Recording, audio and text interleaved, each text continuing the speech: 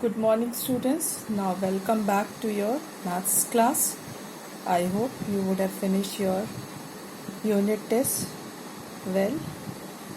Now, as it is just informing you that most probably today is the last class for us to have it on this WhatsApp platform. Now onwards, from the next week, we will be having classes on the Google Meet and Google Class. So we'll be using this platform over there, so you have to be very attentive. First and foremost, I'll be giving you a timetable, and accordingly you will be attending the classes. By now I hope all of you would have joined. Those of you who have not yet joined or joined with two IDs, I have already checked. Please remove yourself, or otherwise I will remove, and then you will not get the opportunity to get yourself enrolled. Children, you have to be very sincere and very disciplined for having your classes in the Google Class. That is, since it is on worldwide platform, the discipline required is utmost. And secondly, we are required to make maximum use of the platform. Not that for the namesake we are using the platform. It's not like that. As it is, we teachers are trying our best to convey maximum material to you all, but it has to be both sides.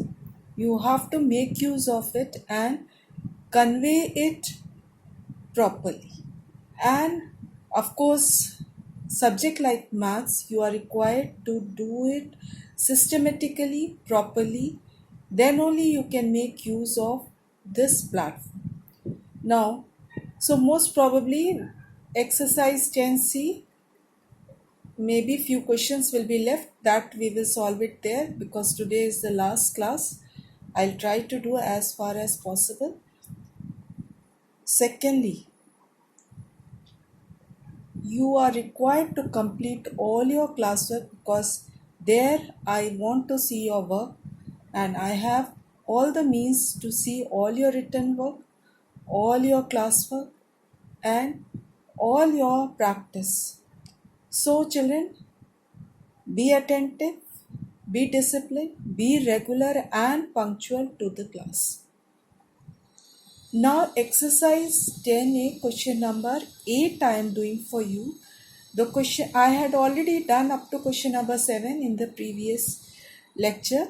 Now the question says, if alpha, beta are the roots of equation x square plus bx plus 7 and alpha square plus beta square is given to be 22, then you have to find the value of p, because p is the unknown given in the coefficient of x in the equation itself.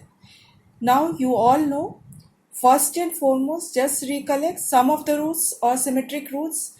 If alpha beta are the roots, it is given by minus b by a. Now here it is minus b by a will be simply minus p. And product of the roots is equals to alpha into beta, that is equal to c by a, which is equivalent to here 7 upon 1. Now also it is given that alpha square plus beta square equals to 22. Now from these three equations, three unknowns, alpha, beta and p, we are required to find out the value of p. That means you have to eliminate alpha, beta from the equation. Now how can we do so is, square both the sides, alpha plus beta whole square is equals to minus p square. So alpha square plus beta square plus twice alpha beta equals to p square. Now alpha plus beta square already given here as 22, so you can put it here. Alpha beta is given as 7, so 2 into 7.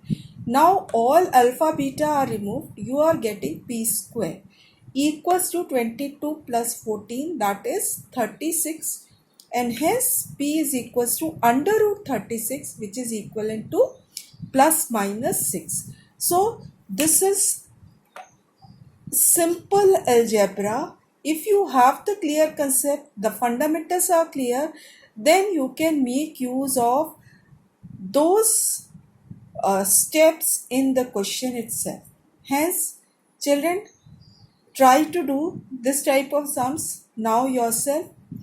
I'll be doing few more for you so that you get the techniques and the concepts very clear and will be able to attend most of the questions of the exercise.